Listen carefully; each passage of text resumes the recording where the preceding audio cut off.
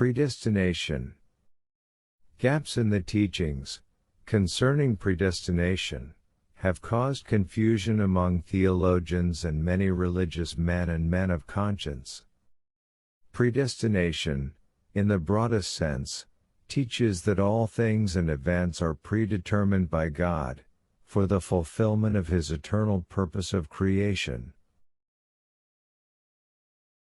In the narrower sense, the doctrine of predestination states that man's salvation or damnation is preordained by God alone and not determined by man's efforts. The various theories of predestination have their main basis in the New Testament, especially in chapters 8, 9 and 11 of the Apostle Paul's letter to the Romans. In these chapters, Paul places great emphasis on grace as the only basis for being saved and elected by God.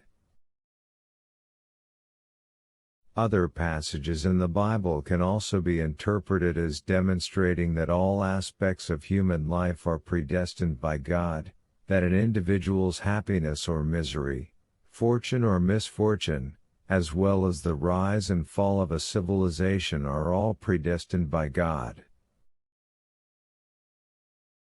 And even the death of people dear to us, through some accident or illness, even young people, and even children was God's will.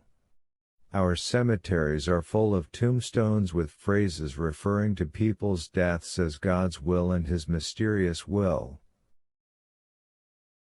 In contrast, there are many passages that contradict this view. For example, when God commanded the first man and woman not to eat of the fruit of the tree of the knowledge of good and evil, Genesis 2:17, it was clear that the fall of man was not predestined by God, but was rather the result of man's disobedience. Jesus said, "For God so loved the world, that He gave His only begotten Son, that whosoever believeth in Him should not perish, but have eternal life." John 3:16. By using the word anyone, Jesus demonstrated that salvation is open to everyone, therefore, no one can be predestined to damnation.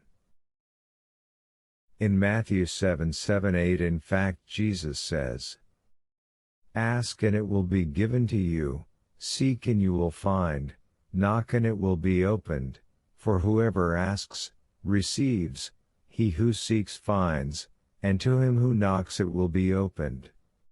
Clearly showing that man's effort and his realization of the life responsibility and purpose for which God created him, plays a decisive role in the unfolding of events, and life is not determined solely by divine predestination.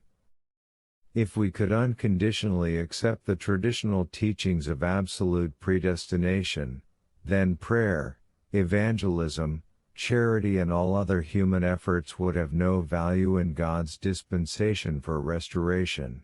How is it then that Satan has such power and might over humanity if everything is predestined by God? Would that mean that God authorizes the evil and sin that Satan causes man to commit? And if God predestined the fall of Adam and Eve, why did He give them the commandment that, if kept, they would avoid it?